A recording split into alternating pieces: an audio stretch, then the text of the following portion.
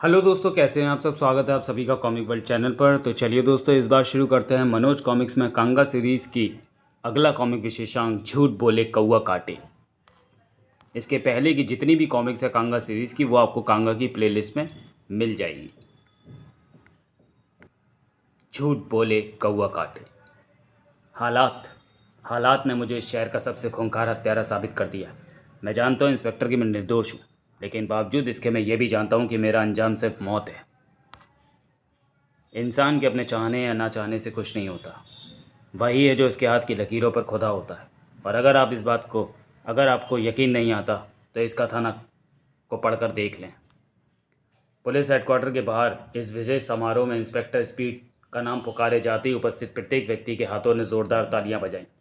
Inspector speed, जिसने अपने फ़र्ज़ और कर्तव्य की खातिर वो गोली भी चलाई जो उसके अपने ही कलेजे को चाक कर गई। जी हाँ, उस गोली से मरने वाला इंस्पेक्टर स्पीड का बेहद अजीज़ दोस्त दिवाकर था, जिसे हालात ने खूंखार हत्यारा बना दिया था। लेकिन जिसमें वो कानून की वर्दी हो तो इंसाफ पलड़े में वजन कर्तव्यनिष्ठा और ईमानदारी का ही भारी होना चाहिए। और इंस्पेक्टर स्पीड ने इंसाफ के पलड़े की इस मर्यादा को टूटने नहीं दिया। और ये सिर्फ मेडल नहीं है जो इंस्पेक्टर स्पीड को दिया जा रहा है, बल्कि प्रेरणा है देश के हर सिपाही के लिए कि इंसाफ से बड़ा कोई नहीं। दर्शकों की भीड़ में मौजूद केवल यही शख्स ऐसी थी जिसकी आंखों में भूकंप के से भाव थे। अचानक सबने देखा यह हैरतअंगेज दृश्य। काव! अरे कौन है ये पागल लड़की, पकड़ो इसे। उफ उफ! गले से कौवे की कर्कश ध्वनि निकालती इस युवती का निशाना था इंस्पेक्टर स्पीड। काव! कांगा! उफ! इंस्पेक्टर स्पीड ने उसे ये नाम दिया था कांगा, जो उसके अपने कागा नाम से काफ़ी मेल खाता था। कांगा ही थी वो युवती जिसका चेहरा इस समय बुरी तरह से तमतमाया हुआ था। काव काव! शायद ये सम्मान तुझे उसी हत्या के लिए मिल रहा है जो तूने कानून की ये वर्दी पहन कर की है। काव काव! ठहरो! उफ! रुको!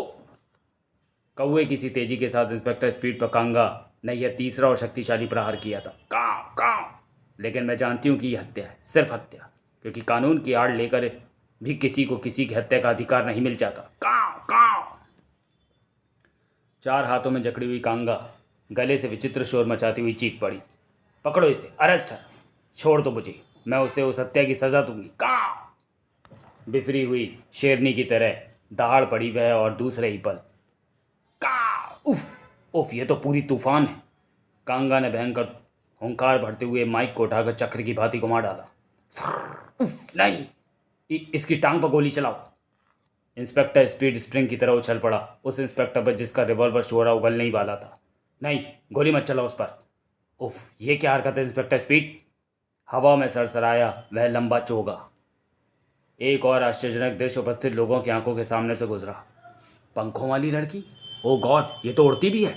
और हम तो इसे साधारण लड़की समझ रहे थे। काव काव! मैं फिर लौटूंगी, मैं तुम्हारा पीछा नहीं छोड़ूंगी। काव काव! भगदड़ मच चुकी है, सब लोग जा रहे हैं, लेकिन ठहरिए, आप लोग ऐसे नहीं जा सकते। मैं आपको कुछ बताना चाहता हूँ। जी हाँ, आपको, इस कथानक के पाठकों को। वो लड़की, वो कौआ लड़की जिसने कुछ देर पहले यहाँ हंगामा खड़ा कर दिया, वो लड़की मासूम कांगा है। वो बेगुनाह है। अगर उसकी जगह आप होते तो शायद आप भी वही करते जो कांगा ने किया। प्लीज़ आप लोग ध्यान से सुने इस कहानी को। इस मेडल को ग्रहण करने से पहले मैं वो पूरा किस्सा आप लोगों को सुना देना चाहता हूँ, क्योंकि मैं खुद भी अभी तक ये फैसला नहीं कर सका हूँ कि मुझे ये मेडल ग्रहण करना चाहिए या नहीं। शायद ये किस्सा सुनकर आप लोग मुझे बता पाएँ कि कहीं मैंने कोई ऐसा पाप तो नहीं कर दिया कि जिसका प्रायश्चित भी मुमकिन ना हो।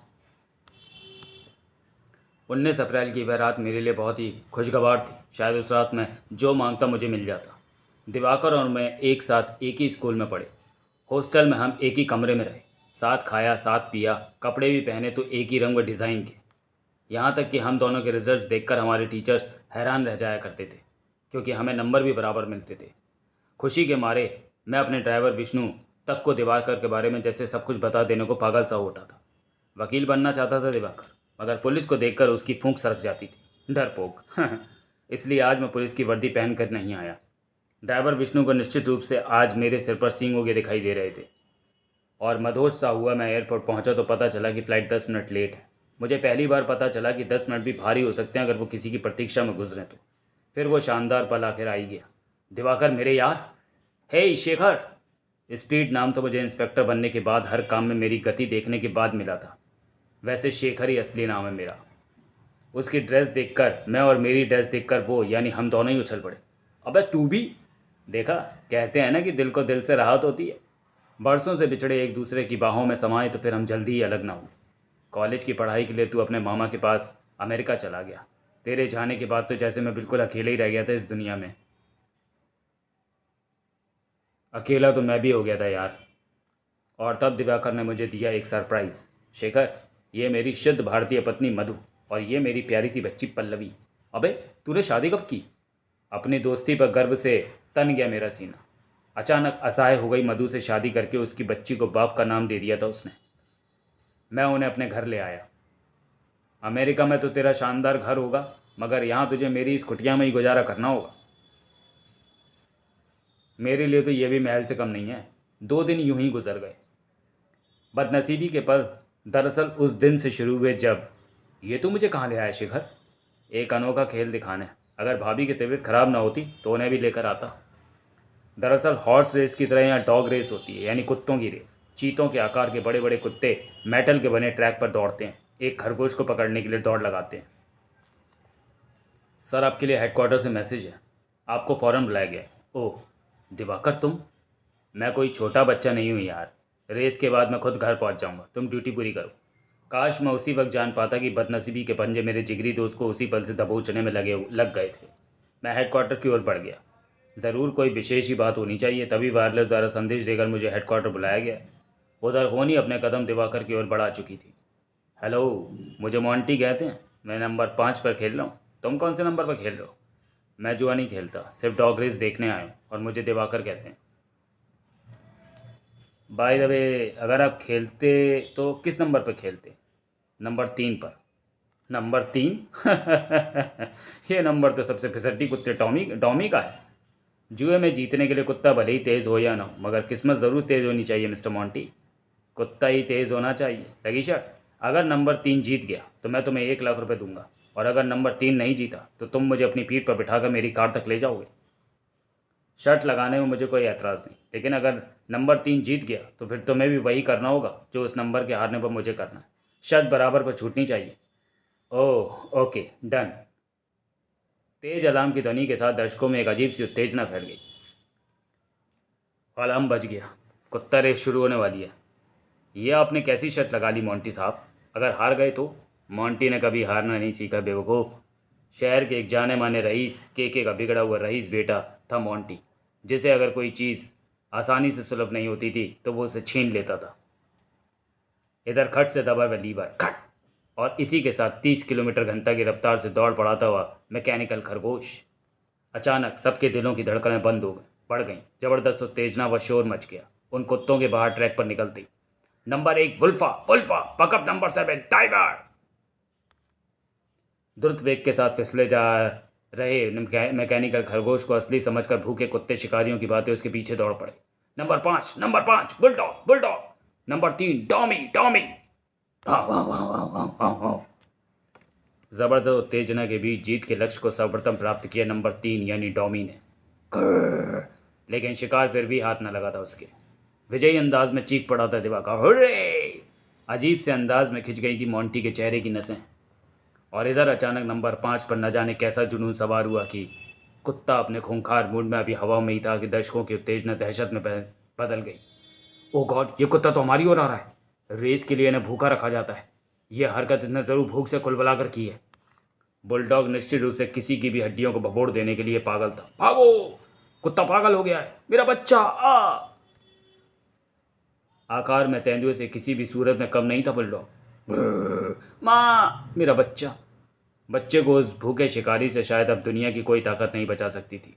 लेकिन नहीं, दुनिया भी ऐसे लोगों से खाली नहीं हुई है जो जीते ही जिंदगी को मौत के सुपुर्द करने के लिए।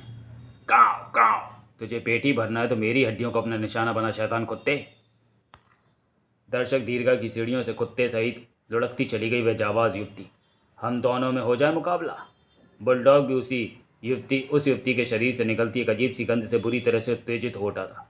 युवती के पहने नाखून कुत्ते का मुंह नोच लेने को बेताब हो उठे।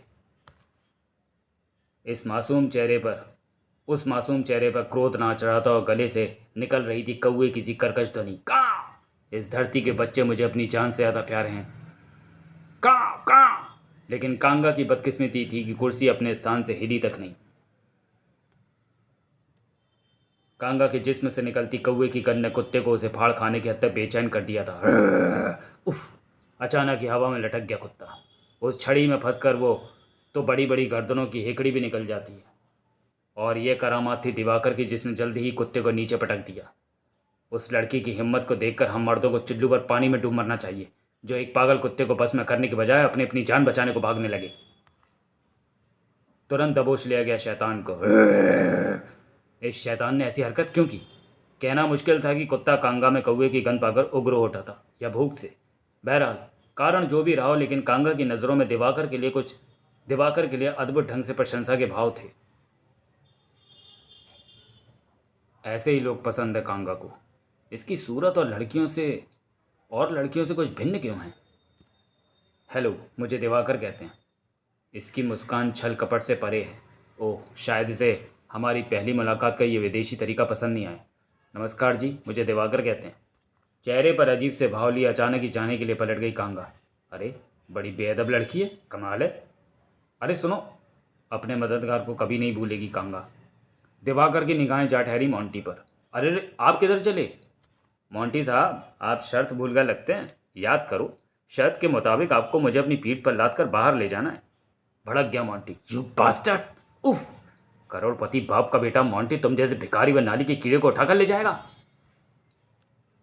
बॉडीगार्ड्स ने आगे बढ़ने की कोशिश की तो उन्हें रोक कर मोंटी ने दबोच लिया दिवाकर का गिरेबान। तेरी हिम्मत, इतनी हिम्मत कैसे हो गई कि तूने मोंटी की बाजू पकड़ ली? मोंटी का व्यवहार देखकर बुरी तरह चकित रह गया था दिवाकर। उफ! सुनो, मैं तो तुम्हें शर्त दूं। शिकार को शिकारी कुत्ते की तरह ही दबोच लेने की चेष्टा में मोंटी ने वहीं से दिवाकर पर जंप लगाई।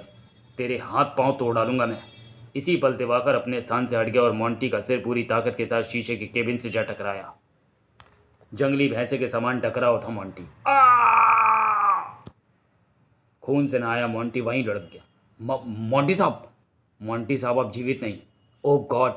पलक झपकते ही भीड़ वहां आ जुटी। मोंटी साहब का हत्यारा ये?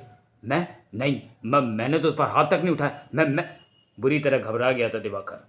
दोनों गार्ड्स को खतरनाक ढंग से अपनी ओर झपटता देखकर दिवाकर को उस क्षण यही सूझा, खबरदार, कोई आगे ना बढ़े। एक गार्ड के हाथ में बिजली किसी तेजी के साथ चमका वह रिवॉल्वर, लेकिन उससे भी तेजी के साथ स्वचालित सा चला दिवाकर का वह हाथ जिसमें थमा था वह नुकीला कांच। सन आ! यूं निशाना लगाकर कांच फेंका होता तो शायद कांच निशाने पर ना लगता, लेकिन आज संयोग ही था वो। खून देखकर बौखला गया दिवाकर। ओह, ये किस चक्कर में फंस गया मैं? पुलिस आ रही है। बचपन से ही पुलिस वालों को देखकर उसे पसीना चुचुआया आता था। आज तो पसीने से नहा ही गया वो। सभी प्रत्यक्षदर्शी मुझे ही मोंटी का हत्यारा मान रहे हैं। अगर इन हालात में पुलिस ने मुझे पकड़ लिया तो लंबा नप जाऊंगा मैं। क्या होगा मेरे बाद मधु और पल्लवी का, जिन्हें मैं अपनी जान से भी ज़्यादा चाहता हूँ? उनके बिना ज़िंदगी दोजख हो जाएगी मेरे लिए। हज़ारों आंसू मंडाने लगे थे जैसे उसकी आंखों में, दिल को जैसे कोई अपनी मुट्ठी में भींच डाले दे रहा था। वो रहा, अरेस्ट हिम! हवा के झोंके के समान दिवाकर उस टैक्सी में समा गया। अरे कौन हो भाई? लेकिन जवाब में दिवाकर ने इग्निशन में लगी चाबी घुमाई। टैक्सी तोप से निकले गोले के समान आगे बढ़ चली। पुलिस मेरे पीछे लगी है। मैंने वो खून नहीं किया, मेरा यकीन करो। पुलिस? खून? दहाड़ पड़ा टैक्सी ड्राइवर। टैक्सी रोको, मैं कहता हूँ टैक्सी रोको। समझने की कोशिश करो, मैंने खून नहीं किया। प्लीज़, मुझे तुम्हारी मदद की ज़रूरत है।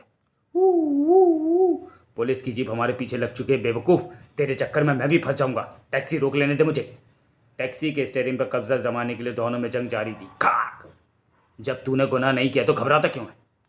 जिसका परिणाम यह हुआ कि अनियंत्रित सी हुई टैक्सी पटरी पर चढ़ने के बाद कंक्रीट के खंभे से जा टकराई। पेड़ा गर्क! जबरदस्त झटके के कारण दोनों ही बाहर को उछल पड़े थे और तिड़ तिड़ करती बिजली की तारें सड़क पर यहाँ वहाँ फैल गईं। कूदो! पुलिस जीप पर आकर गिरी बिजली की तारों ने तहलका मचा दिया। किसी कुशल नट की तरह उछलकर खड़ा हुआ दिवाकर और फिर जिधर सींग समाया भागता चला गया। अरे रोको उस खूनी को, मेरी टैक्सी का कबाड़ा कर दिया। सर, हवलदार रामस्वरूप करंट लगने से मर गया। रुक जाओ यू रास्कल, यू ब्लडी! और वह मोड़ घूमते ही हवा में उठता चला गया दिवाकर का जिस्म। आश्चर्य का ज़बरदस्त झटका लगा था उसे। ये तो वही लड़की है। उफ, ये उड़ कैसे रही है? इधर मोड़ घूमते ही जैसे सभी को सांप सूंघ गया था। अरे कहाँ गया वो? मैंने भी उसे इधर ही आते हुए देखा था सर। के टॉयज इंडस्ट्रीज का मालिक के। क्या क्या बकते हो? कैसे? तुम कहाँ मर गए थे सुअर के बच्चों? पसीने से भरभरा रहा था के का जिस्म। निढाल सा कुर्सी पर गिर पड़ा वो। नहीं नहीं, ये नहीं हो सकता। सांप सांप क्या हुआ सांप? और अचानक ही के जबड़े बुरी तरह से भिज गए।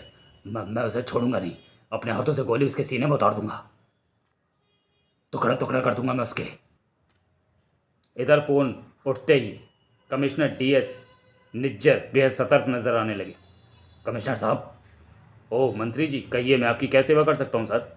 डॉग रेस्कोर्स में के इंडस्ट्रीज के मालिक के बेटे मोंटी का खून कर दिया गया। क्या? कब? आपके ये दो खूबसूरत सवाल क्या और कब साबित कर रहे हैं कि शहर में कानून व्यवस्था किस हद तक चरमराई हुई है। हम आपको 24 घंटे का समय देते हैं। हत्यारा में जिंदा चाहिए। अब हम ठीक 24 घंटे बाद आपको फ़ोन करेंगे। और कमिश्नर निज्जर अब ये बात अच्छी तरह से समझ चुके थे कि इस केस में की गई ढील उन्हें कितनी भारी पड़ सकती है। वायरलेस पर युद्ध स्तर पर वह मैसेज प्रसारित कर दिया गया। के इंडस्ट्रीज़ के मालिक के साहब के पुत्र मोंटी के हत्यारे को देखते ही गिरफ्तार करो। और देर से मिली सूचना के आधार पर मोंटी के साथ ही हवलदार रामस्वरूप के हत्यारे के रूप में भी अब दिवाकर की तलाश की जा रही थी, शहर के चप्पे चप्पे पर। इधर किसी नेता को सुरक्षित विमान तक पहुंचाने की ड्यूटी पूरी करने के बाद इंस्पेक्टर स्पीड को वह हाहाकारी सूचना एयरपोर्ट से बाहर निकलते ही मिली। क्या? हत्यारे को मैं जानता हूँ। हत्यारा मेरे साथ ही डॉग रेस कोर्स पहुंचा था। वायरलेस संदेश में यही कहा गया है सर। खोपड़ी झंझनाने लगी थी उसकी। मेरे साथ तो दिवाकर था। तुम एक मिनट यहीं रुको। उस समय तो उसका समूचा जिस्म ही जैसे अंतरिक्ष में तैरने लग पड़ा जब। हेलो भाभी जी, मैं शेखर बोल रहा हूँ। दिवाकर, मैं आपसे सख्त नाराज़ हूँ देवर जी। आप दिवाकर के साथ ऐसे गायब हुए कि पल्लवी उन्हें याद कर करके अभी सोई है। दिवाकर कहाँ है? आप कब तक लौट रहे हैं? बस बस थोड़ी देर में। उफ, दिवाकर और खून? नहीं नहीं, ये कैसे हो सकता है? दिवाकर किसी का खून नहीं कर सकता। मैं बचपन से जानता हूँ उसे।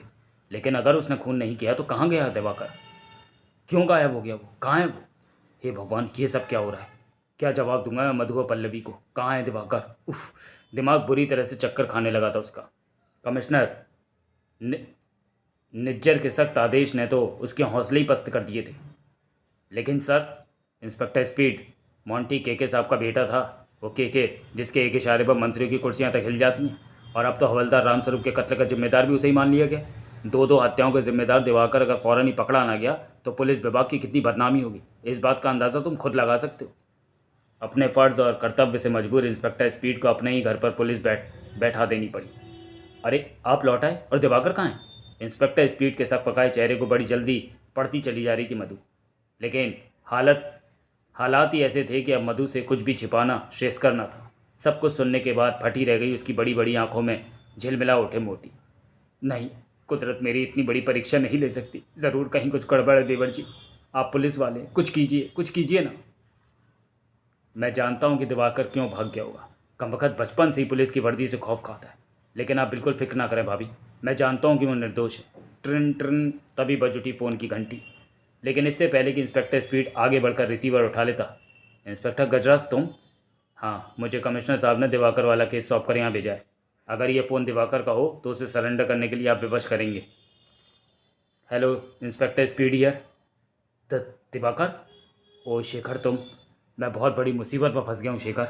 शायद सारी घटनाओं की जानकारी तुझे हो गई होगी, लेकिन मैं निर्दोष हूँ शेखर। दिवाकर?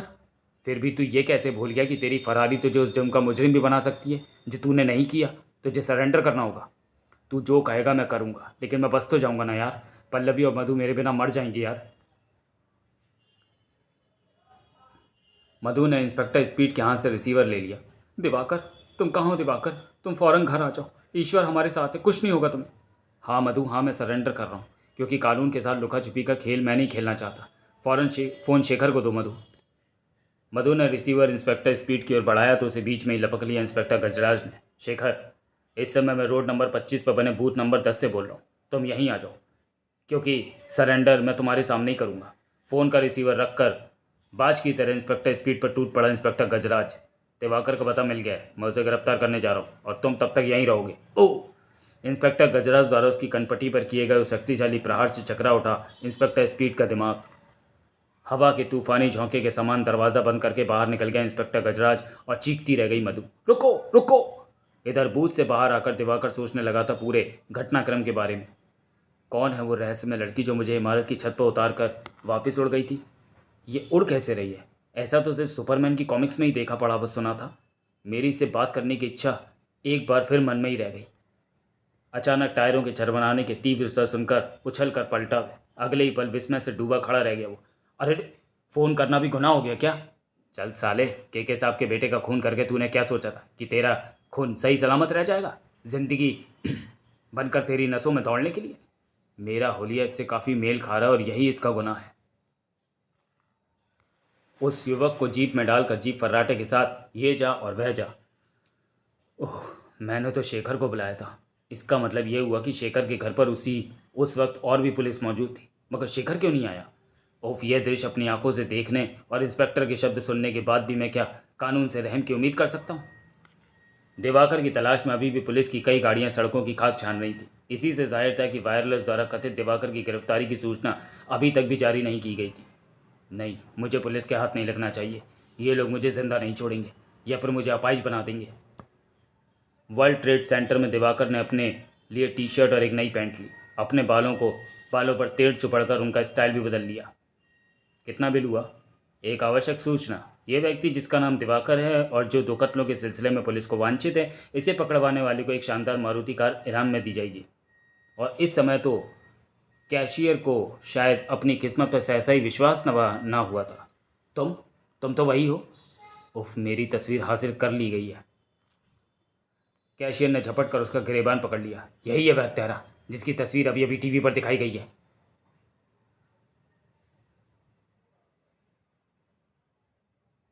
उछल कर जैसे गले में आ फंसा था उसका।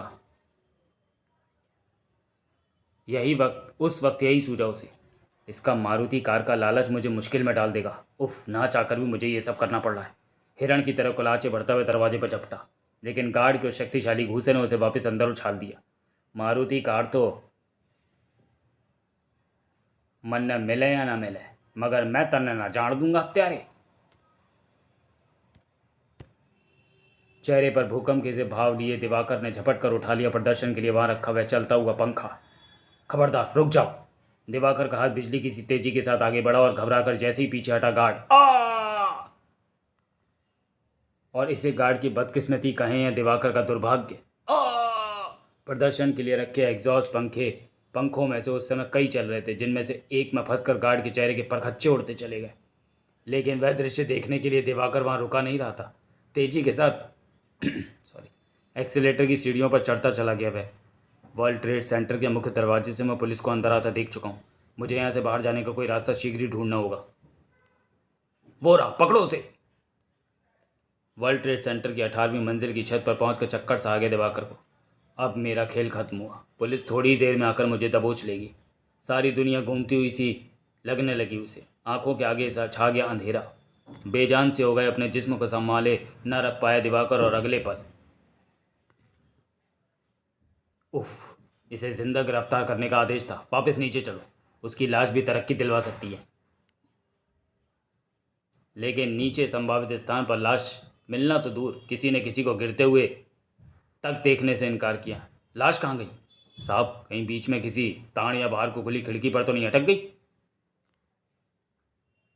इधर होश में आते ही आंखें फाड़ फाड़ कर चारों ओर देखता हुआ उठकर बैठ गया दिवाकर। मैं कहाँ हूँ? मैं तो घबराइए नहीं अंकल, आपको कौवा दीदी ठीक उस वक्त वहाँ पहुँच कर यहाँ ले आई थी जब आप शायद किसी ऊंचाई से नीचे गिर रहे थे। बबलू के विषय में जानने के लिए पढ़े कांगा सीरीज़ का कॉमिक्स पापा के हत्यारे।